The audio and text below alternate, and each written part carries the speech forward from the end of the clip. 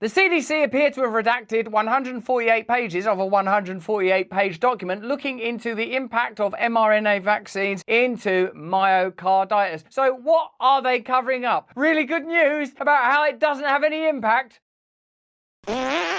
Hello there, you Awakening Wonders. Thanks for joining us on this voyage to truth and freedom. Click the link in the description and join our movement. There are a variety of benefits and opportunities for you to talk to brilliant leaders and thinkers, as well as getting additional content on subjects that are very controversial and difficult to report on, or even speak about in mainstream media spaces in an increasingly censored and controlled public space. Join our movement, because let's face it, without independent media, where would we be now when it comes to our understanding of what happened during the pandemic period? What is the official narrative now? I find it difficult to even identify it in the midst of all of the fallen truths and discovered deceptions that have taken place in the last couple of months. Now we know, or at least it appears, that the CDC censored a document of 148 pages in its entirety. We certainly know in the past they have withheld significant information, and indeed the claim that they redacted an entire document can be seen by all of us. It's made in a committee hearing, which will show you a little bit of now. If this practice of redaction continues, how will we ever get to the truth about what's happened in the last 5 years and what that tells us about these sets of institutions and how they behave when they face dissent or any threat to their authority? It just keeps happening. The CDC redacts every single word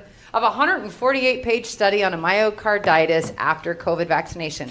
So I asked research to print the study for me. 148 pages. The entire thing is redacted. The good news is you could put that straight back into the photocopier and it could go through again with minimal impact on the environment. And surely it's the environment that must be utmost in our concerns now. Although I'd be worried about dying in a pandemic or from a nuclear war, then probably environment. What good does a study do if there's nothing there? Then I want to know, wait, what might have been there that they needed to redact it? That's even scarier. We're witnessing an active cover-up of a colossal consumer product safety debacle that is basically affecting the entire world. This is Dr. Peter McCulloch's testimony, and I wonder where this committee and its findings will ultimately lead, because already in his first sentence he's told us that there's been a debacle and a cover-up. Are we ever likely to hear those terms spoken at the level of authority necessary for there to be the obviously required reckoning? So in the United States, our CDC, National Institutes of Health, and the FDA are actively involved in a cover-up. And the same is occurring in the UK with the MHRA, Europe with European medicine agencies, and Australia with the Therapeutic Goods Administration. So evidently the regulatory bodies in all territories are willing to participate, it seems, in facilitating these pharmaceutical companies in avoiding the consequences or even an investigation into the inefficiency of their product, possibly the dangers of their products. Because it doesn't matter where it's taking place globally, Australia, the UK, the United States, there is no clear accountability. Neither is there sufficient journalistic investigation, neither are there sufficient clinical trials. Everything that Peter McCulloch, whilst at this point not being 100% verifiable, at least seems plausible. Something is going on that's very big. Each one of these companies that puts out a product has an obligation to produce 90 days of safety monitoring after their product comes out. It's a regulatory dossier. If somebody has a problem with the new product and they call the company like Pfizer, Pfizer has to write down what happened, and they have to collate that in a report and produce it and make it publicly available. When it came to 90 days with Pfizer, the first vaccine that came out, remember Pfizer was approved December 10th, 2020, Pfizer didn't produce a report. And then people started asking, well, what's happening with your vaccine? And Pfizer would not disclose what happened. And then it went to court. And the lawyer for the FDA stepped in and said they don't want to release Pfizer's dossier for 55 years. 55 years. And the plaintiff pushed, and finally, slowly, the Pfizer dossier came out.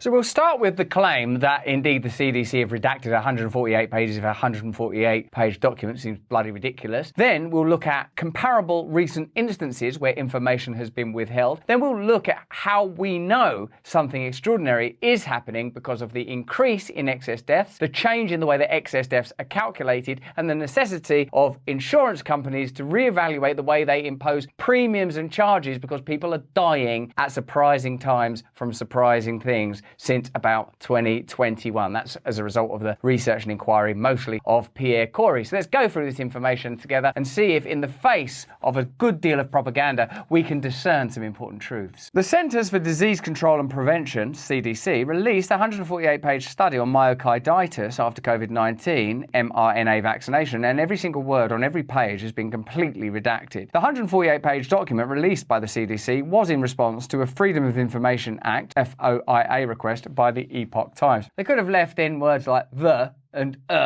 is. That's an over-redaction. Yeah. Perhaps when you hear a name like Epoch Times, you think, well, this is a new and emergent media space, and maybe you don't trust them. Maybe you need legacy media to make you feel comfortable that the information you're consuming has been verified. So this is a piece from the New York Times in 2022 that shows that the CDC redacting and controlling information is a sort of par for the course. For more than a year, the Centers for Disease Control and Prevention has collected data on hospitalizations for COVID-19 in the United States and broken it down by age, race, and vaccination status. But it has not made most of the information public. When the CDC published the first significant data on the effectiveness of boosters in adults younger than 65 2 weeks ago, it left out the numbers for a huge portion of that population, 18 to 49-year-olds, the group least likely to benefit from extra shots. So in a way, that's the New York Times a couple of years ago observing that this information was being controlled, presumably with, in this case, a financial outcome. So even if you want to look at this whole exercise simply as an opportunistic way to make money, this piece of information from the New York Times is cause for concern. That's before you get into the health impact and the sort of stuff that Peter McCulloch and Dr. Pierre Corey are talking about. There's already way there in the midst of the mainstream cause for concern. 2 full years into the pandemic, the agency leading the country's response to the public health emergency has published only a tiny fraction of the data it's collected, several people familiar with the data set. But the CDC has been routinely collecting information since the COVID vaccines were first rolled out last year, according to a federal official familiar with the effort. The agency has been reluctant to make those figures public, the official said, because they might be misinterpreted as the vaccines being ineffective, which seems like a reasonable interpretation. And if data leads you to a particular interpretation, then it's data that's led you to it. It's not speculative at that point, is it? Hey, we've got a lovely partner today. It's our friends at Hallow. Hallow is the #1 prayer app in the world. I use it. You can explore Christianity with over 10,000 prayers, meditations, and music. And as Lent continues, what better way to deepen your connection to the loving Lord Christ? It's been downloaded 4 million times in 150 countries. A bit like Calm or Headspace, but for Christians. Hallow helps you pray and meditate and sleep better. It's helped me build a daily routine of habit and prayer. I do the rosary. I know it off by heart, except the end bit. I've got to learn that. You can pray alongside Mark Wahlberg, Jim Caviezel, he was Jesus, Jonathan Rumi, he was Jesus in The Chosen. You can choose your own Jesus, what version of Christianity do you want? And you know Jonathan Rumi was my body double in Ballers, Jesus was my body double. Download it today, reclaim your rightful peace and grow closer to God. Go to hallow.com/brand to try the Hallow prayer app. You will love it. Okay, let's get back to the content. There's also some evidence that the CDC facilitated cover-ups and certainly delayed the release of information according to rhythms that are not immediately clear. A mounting body of evidence shows that the CDC and White House chose to ignore and cover up evidence of a significant myocarditis safety signal in early 2021, putting young people at risk of serious adverse events. On April the 27th, 2021, then Director of the CDC, Rochelle Walensky, stated, "We have not seen any reports of post-vaccination myocarditis, but this was a false statement at the time." Journalist Zachary Steiber of the Epoch Times obtained internal CDC emails through a Freedom of Information Act request, notice this information only comes available because independent journalists make inquiries using what amount to legal loopholes. As a person who's made Freedom of Information Act inquiries and requests, it's really difficult. They delay it as long as possible. They put you off. You have to involve lawyers. It's a total nightmare to get information that's yours by right. So remember, this is not an example of, well, look, they're being clear and transparent now. They're not being clear and transparent now. The information that we have is a result of independent journalism and independent inquiry, and they continue, it appears,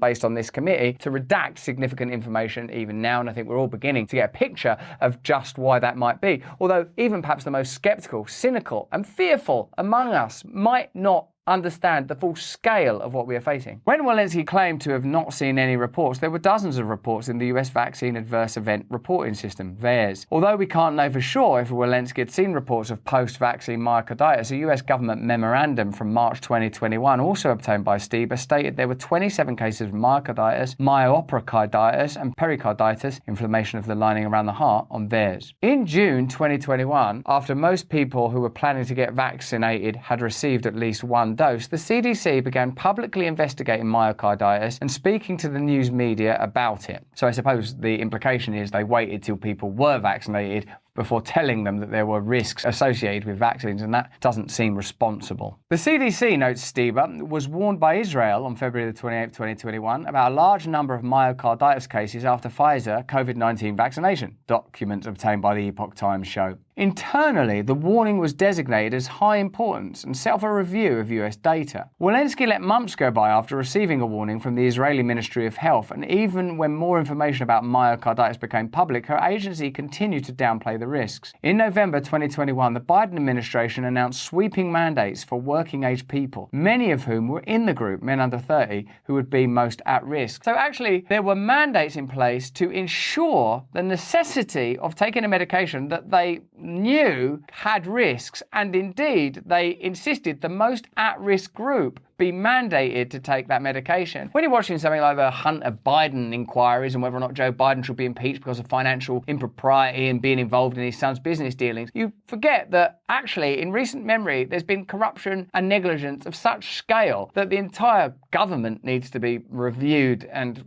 you might argue, replaced. In fact, the challenge is so enormous that even people that are enthusiastic about change slightly balk at recognizing the significance of just a piece of information like that. It may be that Walensky chose to disregard the safety signals from Israel and the military because she did not want to interrupt the vaccination campaign. After a few reports of blood clots following Johnson & Johnson shots, the CDC placed a temporary pause on the company's vaccines. Doing something similar for Pfizer or Moderna might have brought the whole vaccine rollout to a halt. Right, I see. So they were just managing the perception of the vaccine, knowing that all that while hesitancy, shaming, reluctance, really what should have been happening is there are risks. These are the risks. Actually, they were being bombastic, assertive, propagandist and mandating the taking of those medications. And now they're curious as to why there is significant and maybe even historic mistrust in the government and in the pharmaceutical industry. To this day, the CDC has not released complete, updated data on myocarditis. The agency's cover-up of adverse cardiac events has had profound consequences and represents a major breach of trust and abuse of authority. Because of that lack of transparency, there are now data sets of billions of people that have taken vaccines, and now a study has revealed just how significant a portion of people suffered adverse effects and injuries. A new study on COVID-19 vaccines that looked at nearly 100 million vaccinated individuals affirmed the vaccine's previously observed links to increased risks for certain adverse effects, including myocarditis and Guillain-Barré syndrome. Both mRNA vaccines from Pfizer and Moderna were associated with incidents of myocarditis, inflammation of the heart muscle, which occurred more than was expected in the study, with the condition having a significant observed to expected ratio consistently after the first, second and third doses. Significantly higher than expected cases of pericarditis, inflammation of the sac-like structure that surrounds the heart, were also observed following first and fourth doses of Moderna's vaccines. So that's perhaps an indication as to why the CDC have been reluctant to fully release information on myocarditis. It's likely that the information is significant, and now the subject that represents the jewel in the crown of coronavirus conspiracy theories, excess deaths. There is significant evidence to suggest that excess deaths, well, there are calculations, not theories, excess deaths are higher. There are attempts to manipulate those figures, but they are not manipulating those figures when it comes to assessing life insurance. There, of course, because of the financial implications, they have to be rigorous in understanding understanding how likely you are to get sick and die, because it would cost them financially if they miscalculated. So let's get into excess deaths and the evidence that excess deaths is something to be taken very seriously. 21 British MPs and peers have accused the Health Secretary of withholding data that could link the COVID vaccine to excess deaths and criticised a wall of silence on the topic. Ministers have blamed the rise in excess deaths on record NHS waiting lists and the pandemic backlog, but the parliamentarians are demanding to be shown the underlying data to support the government's assertion that there is no evidence linking excess deaths to the vaccines for COVID-19. If those data do indeed exist, please share them. If thorough investigations have already ruled out such a link, please share the relevant reports, their letter says. There is no place here for blind faith. They believe potentially critical data which maps the date of people's COVID-19 vaccine doses to the date of their deaths have been released to pharmaceutical companies but not put into the public domain. The MPs argue that the data should be released on the same anonymised basis that it was shared with pharmaceutical groups, and there seems to be no credible reason why that should not be done immediately. If indeed the information has been shared within the pharmaceutical industry and not shared with the public, it's a further indication that something is being significantly masked, and you've got to assume that if evidence existed to show that there was no correlation, that evidence would be being pretty loudly shared and trumpeted. This while life insurance actuaries are finding that more people are continuing to die at alarming rates, even more than before the pandemic, that cannot be accounted for by COVID. For instance, the Society of Actuaries Research Institute found there was a 34% increase in deaths among working age people 35 to 44 in the last quarter of 2022. Many of them are working age people who are in the prime of their life who are suffering deaths from cardiac and neurological disorders. Life insurers have been consistently sounding the alarm over these unexpected or excess deaths, which claimed 158,000 more Americans in the first 9 months of 2023 than in the same period in 2019. That exceeds America's combined losses from every war since Vietnam.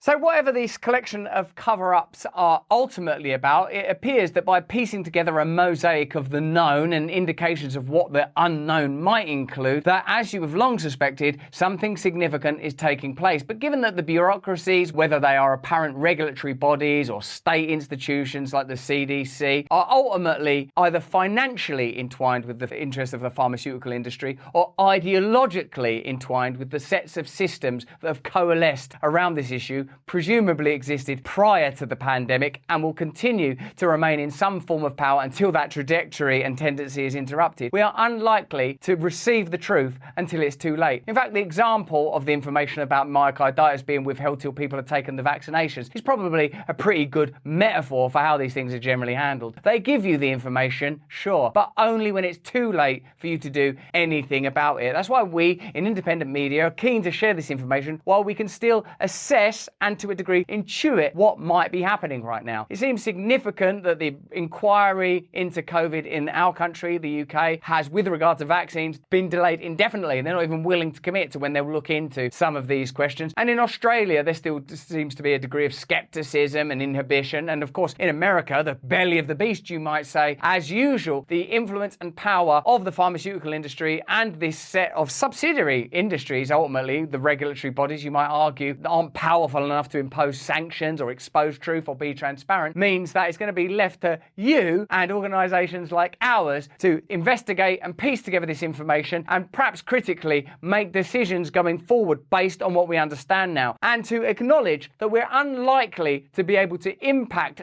institutional corruption of this scale simply by voting for one of two parties within a system that seems to have been, broadly speaking, co-opted. But that's just what I think. Why don't you let me know what you think in the comments and the chat? Remember, click the link in the description and join our movement for additional content. More important than any of that, if you can, please stay free. Hey, thanks for watching. If you want to see more uncensored content where free speech can flourish, join our live stream. Click the link right here to watch the next video if you want to, or become a member of a growing movement. Download the Rumble app and you'll be informed every time we make a new piece of content. Stay free.